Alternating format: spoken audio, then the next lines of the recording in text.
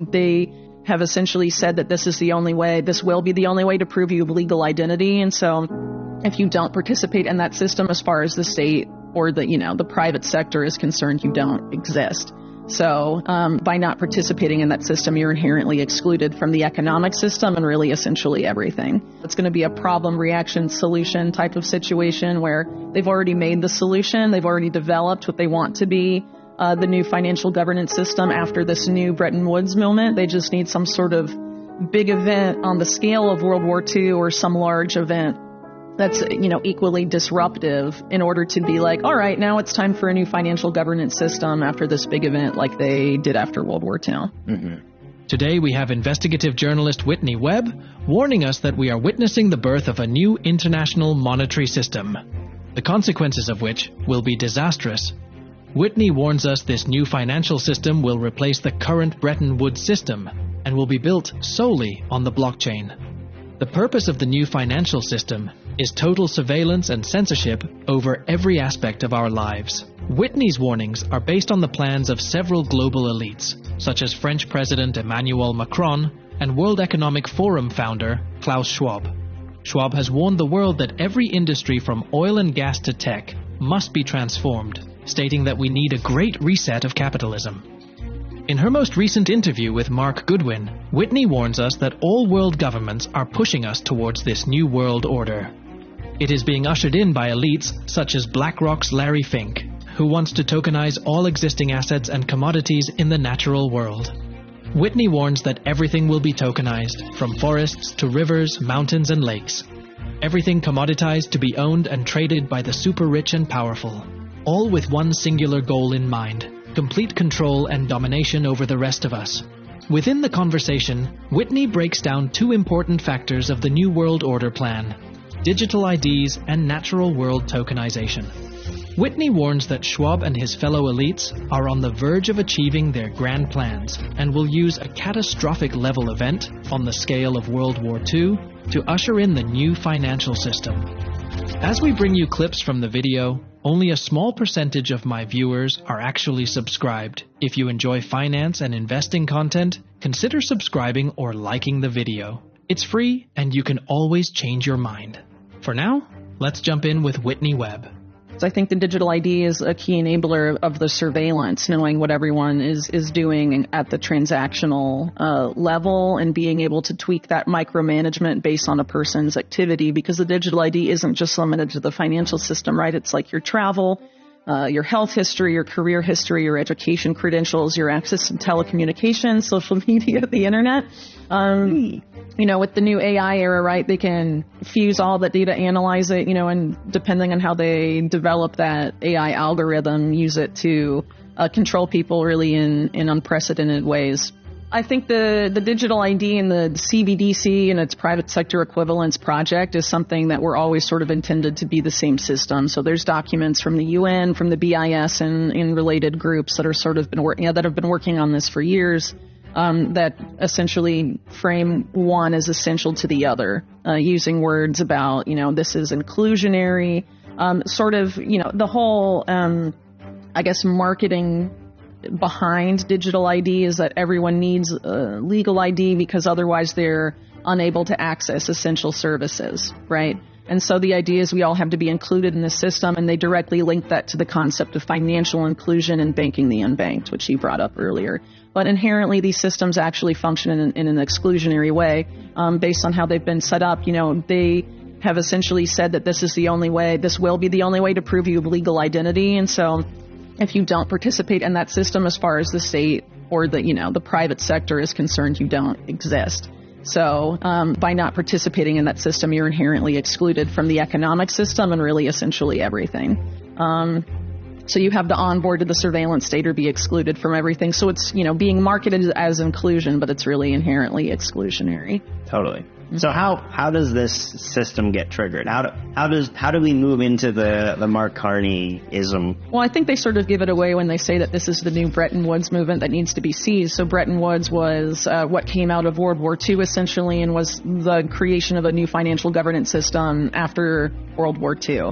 And this is essentially an effort to create a new financial governance system that was announced well before any sort of crisis like that, but it's probably going to need a crisis of that level to be implemented and convince people to onboard at scale. And if you subscribe to the theory that all wars are bankers' wars, which there is plenty of evidence to support that, I would say, that seems to suggest that perhaps, this is the it's going to be a problem reaction solution type of situation where they've already made the solution. They've already developed what they want to be the new financial governance system after this new Bretton Woods moment. They just need some sort of big event on the scale of World War II or some large event that's, equally disruptive in order to be like, all right, now it's time for a new financial governance system after this big event like they did after World War II. Mm-hmm. Yeah, and I think the thing that's so interesting about this debt bubble exploding is that when you know that the debt bubble is going to explode and you want to explode it into the new system, the way that you sort of trigger that into the system that you want to get the masses to go with you is you actually want to have the most debt obligations on the record, on the board, so that when the system pops, they'll all pop. When the debt bubble pops, every debt bubble will pop. It will be everything all at once. It won't just be like, oh, Japan's fine, the U.S. is it won't work like that. Everything will pop at once. So in this weird way, you actually want to create as much debt as possible right before the pin bursts the bubble, and then you can offer this, hey, we'll service your debt 1-to-1 if you come join this new universal tokenized ledger. Just sign up here, do a selfie of your face, and give us your biometrics, and then here you are. Well, it seems like in Larry Fink's case in particular, there's a goal, a big ambition there to develop new asset classes that can be used to basically fuel their existing business model and perpetuate it for millennia forward. Mm-hmm. So one of these that I've been writing about for a few years is the whole idea of natural assets, what they call nature's economy. And one of the groups that has been sort of propelling this forward, at least one of the earlier groups, the Intrinsic Exchange Group, which is a product of the Rockefeller Foundation and the multilateral development banking system, has a graphic on their website called The Opportunity, and they show there the existing amount of assets in the world economy, and then show what if we unlock natural assets, how nature's economy, it's like 6 times the amount of existing assets in the economy today. And so as an asset manager, BlackRock being able to unlock and take control of as many natural assets as possible that aren't currently part of the financial system is obviously a way for them to perpetuate what they do and deepen and expand their control over not just people in the existing financial system, but really over the natural world as well, and essentially turn everything alive into a tradable Wall Street financial product. And the goal, as Fink has stated, is to have all of this on a universal ledger, on blockchain presumably, and have it be trackable and surveillable, which is interesting if you look at it through the context of risk management, which is something that Larry Fink is very open as having been one of the guiding lights of his whole career. And so by having it all surveillable and automated in a sense, he's able to have his risk management AI thing, Aladdin, sort of exercise control over it in unprecedented ways, I think. For their benefit. And then, of course, a lot of what's happening now as we're moving into this new financial governance system is the push to change all of the infrastructure towards this, quote unquote, green model, I guess, or decarbonization, right? Which is, of course, interface with the global carbon market, but not necessarily so, it doesn't have to be. But the push is obviously to create a bunch of new infrastructure all over the world, and BlackRock is positioning themselves to be one of the key players in that space. They acquired, I think they're called GIP, one of the biggest infrastructure, developers in the world. And I think one of their top guys at Davos just a few months ago was talking about how they're betting really big on infrastructure going forward, and it's going to be one of the biggest investment opportunities of the next several decades, actually. So I think they're quite ambitious. And, if people aren't aware of this, I'm sure they'll get away with it, but we'll see. One of the things, too, about the natural asset thing, at least as far as the natural asset corporation model is concerned, is that you literally just go into a forest or you go to a river or lake and you identify the natural asset, and then at no cost to you, just after identifying it, you issue shares in the natural asset, a lake, a forest, whatever, and then you sell those shares to sovereign wealth funds, asset managers, whatever, and then you have an IPO and generate all this money. I mean, it's literally just pointing out something outside and being like, this is mine, I'm going to fractionalize it and sell it to people, and you're producing money in like, out of thin air, essentially. And you're able to do that. I mean, the natural world is vast and huge, and they're doing this, they're financializing it all as framing it as the only way to save the planet. But really, it's the only way for them to save their insane debt racket. Right. And it's funny, too, because, I think there's a parallel here that you've talked a lot about where it's like, pay no attention to the man behind the curtain playing with the blockchains and who's validating the blockchains. Howie Lutnick of Cantor, specifically said, hey, if you want something seized, Tether's great, you just call Tether. Ethereum's great, you just call Joe Lubin. You call the guy behind the decentralized theater to blacklist the person or do whatever. Reminds me kind of a little bit of how the AI play is probably going to go, right? It's like, oh, it's AI that's in charge. It's AI that's in control of all these things, but really it's the keepers of the AI. Totally. Yeah. I mean, you have to pay attention to the people that are tweaking the AI, programming its objective functions that maintain it. They're able to manipulate it, and there is definitely a coordinated push to put AI in charge of as much of everything really as possible, and allows them to sort of follow what I call the Wizard of Oz model, be the man behind the curtain, but have AI be sort of this layer between you and the public that gives you sort of allows you to never be accountable for anything. You can just either blame everything on the AI or say like AI is superior to human intelligence and therefore, it's not our fault and we should trust what it says. Computer says yes, computer says no. And, I think it's very likely that AI following that same model is going to have a very big role in this coming, digital financial system. Yeah. Well, I think the selling point that we're going to be seeing soon are these same guys saying this is the free market solution to climate change. Right. Let's let the free market resolve the environmental issues that we're facing, and this is the way to do it. I think it's probably going to be cloaked under those metrics because obviously framing it in sort of a left-leaning way has been unsuccessful and generated a lot of pushback. To the point where you have big groups like BlackRock and Vanguard, abandoning some big climate groups that they were a part of. You have Larry Fink openly backing away from the term ESG after being sort of the ESG champion guy and going on record saying that a lot of this stuff that BlackRock's been involved in that's been framed as ESG isn't about politics or ideology. It's about the prospect of long-term returns and profit. So I think, him moving in that rhetorical direction is sort of a harbinger of what we're likely to see going forward because they want the big players in financial markets to sign on, and they don't want to see it as like a state-led thing. They want to see it as a private sector-led thing to get them to onboard.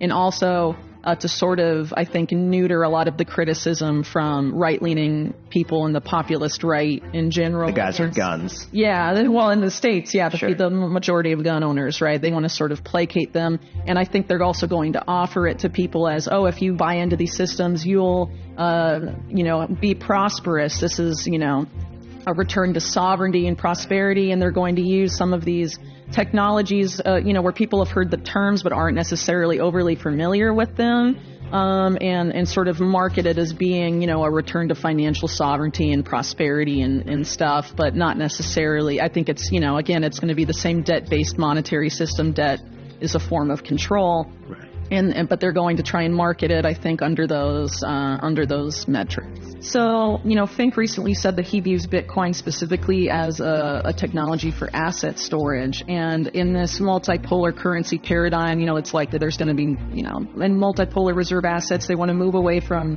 the appearance, at least, that the U.S. dominates the reserve assets of the world. Do you think Bitcoin has a place in that? And do you think it's possible for the U.S. government to sort of Wizard of Oz that, to sort of be able to manipulate countries, through that potentially? 100%. Yeah, I mean, we talked earlier about how, Bitcoin basically is digital M0. It's this digital base layer money, digital base money. And all of these other dollar-denominated things, and Ethereums and all these whatevers are debt-based. And Larry Fink specifically talks about, it's technology for storing assets. It's this universal ledger of the state that, we can shove any integers into, any bits, and use it to uphold the state of all sorts of other assets. The U.S., I think, has the most to gain from Bitcoin, actually. It's sort of this weird, it's been framed, so much so the opposite. But the U.S. has so much Bitcoin. The United States has 1 million plus Bitcoin. We're seeing companies like MicroStrategy, basically doing a speculative attack against the U.S. dollar while their headquarters is 15 minutes away from the CIA at Langley. They have 200,000 Bitcoin. The ETFs, with Grayscale and with the new BlackRock and Fidelity ETFs, there's like almost 600,000 Bitcoin now within the United States. There's a huge push within the United States, within the borders of the United States, to acquire as much Bitcoin as possible. I think the U.S. has way more to gain as we've crossed this 33 trillion, 34 trillion. We're at this runaway debt service. Where do we print money and retain our economic hegemony? We can actually inflate the dollar into Bitcoin, this demand inelastic asset, and uphold the economic hegemony of the dollar, using Bitcoin basically as this digital M0 to offset. And now we're seeing Basel III laws coming into the play with capital requirements, where if you want to hold $100 million of Bitcoin, you need to hold $100 million of dollars on the books as consumer protection. What that actually means is if that $100 million turns into $10 trillion of Bitcoin because of an insane price explosion, now you need to hold $10 trillion. So they've created this tethering, no pun intended, but also probably pun intended, of the dollar system to Bitcoin. And they want to control where this debt bubble pops, and now they have the perfect vacuum to suck up the dollar debt. So, within Bitcoin circles, it's been framed for a long time as the answer to fiat, to the debt-based monetary system. But what you're saying is that the powers that be in the U.S. are poised to use it to perpetuate us into the new era of the debt-based monetary system. Yes, I am, for sure. We have to make sure Bitcoin doesn't just become an asset that's paperized and you trade it with shares on BlackRock's iShares IBIT ticker, and instead we really focus on making it a currency that can be utilized by everyone in the world, and that billions of people can hold, Bitcoin in a self-sovereign, self-custodial way, and it doesn't just become the settlement network for central banks around the world. Right on. And that brings us to the end of today's video. Whitney Webb has laid out a sobering vision of a new international monetary system built on blockchain, with the aim of total surveillance and censorship. The warnings of global elites like Emmanuel Macron and Klaus Schwab about the need for a great reset of capitalism are a stark reminder of the transformative changes on the horizon. Whitney's insights into the push for digital IDs and the tokenization of the natural world highlight the profound impact these plans could have on every aspect of our lives. The commoditization of everything, from forests to rivers, and the quest for complete control by the super-rich and powerful, paint a concerning picture of our future. As Whitney Webb emphasizes, these grand plans are on the verge of becoming reality, potentially ushered in by a catastrophic event on the scale of World War II. It's crucial to stay informed and vigilant about these developments. Thank you for watching. If you found this video insightful, please consider subscribing to the channel and liking the video. Your support helps us bring more critical content to you. Don't forget to turn on post notifications so you never miss an update. I'll see you all in the next video, and all the best.